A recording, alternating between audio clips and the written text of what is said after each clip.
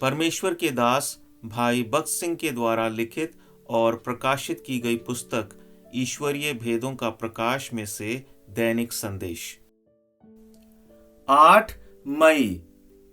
वे बल पर बल पाते जाते हैं, उनमें से हर एक जन सियोन में परमेश्वर को अपना मुंह दिखाएगा।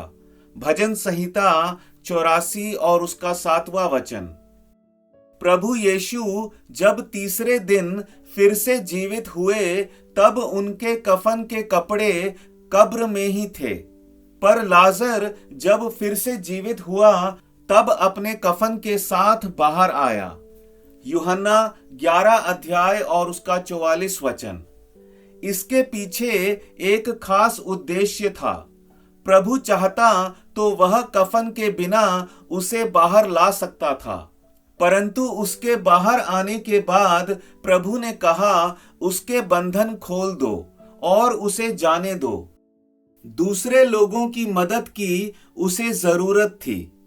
हम सबको संगति की जरूरत है। संगति के बिना हमारा गुजारा नहीं हो पाएगा। अधिकांश विश्वासी लोग संगति के अभाव के कारण आत्मिक रीति से निर्बल रहते हैं। प्रभु के साथ उन्हें थोड़ा बहुत अनुभव तो रहता है, परंतु विश्वासियों के साथ संगति रखना उन्हें पसंद नहीं है। वे घर में ही रहते हैं। कितने लोग तो किताबें पढ़ते हैं और कहते हैं, किस लिए वहां जाकर समय बर्बाद करें।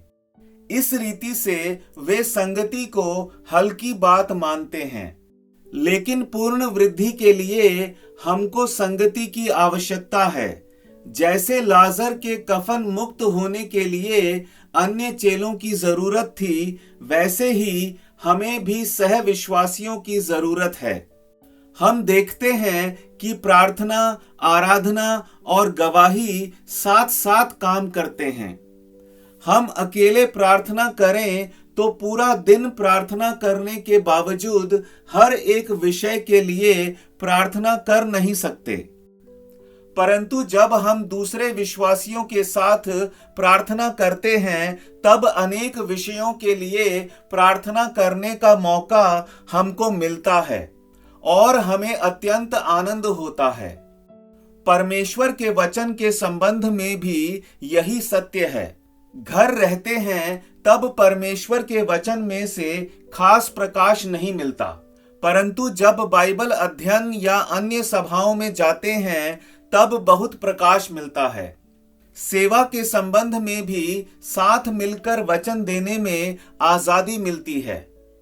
हमारी हर एक आवश्यकता, चुनौती और परीक्षाओं के लिए पुनरुत्थान की सामर्थ्य का अधिक से अधिक अनुभव पाने के लिए हम में से प्रत्येक को विश्वासियों की तथा परमेश्वर के सेवकों की संगति की आवश्यकता है। मूसा परमेश्वर का भक्त था, परमेश्वर के साथ आमने सामने बात करता था, फिर भी वह निर्बल मनुष्य ही रहा।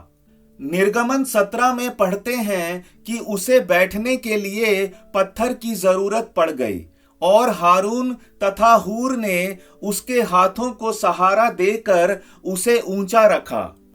यह तो विश्वासियों की संगति के द्वारा प्राप्त की गई कृपा और शक्ति का चित्र है।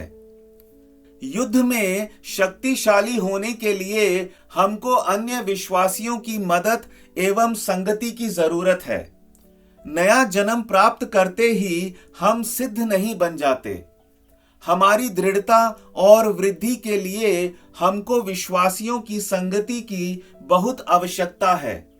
परमेश्वर के लोगों की संगति और प्रार्थना सभाओं को तुच्छ समझना हमको भारी पड़ेगा।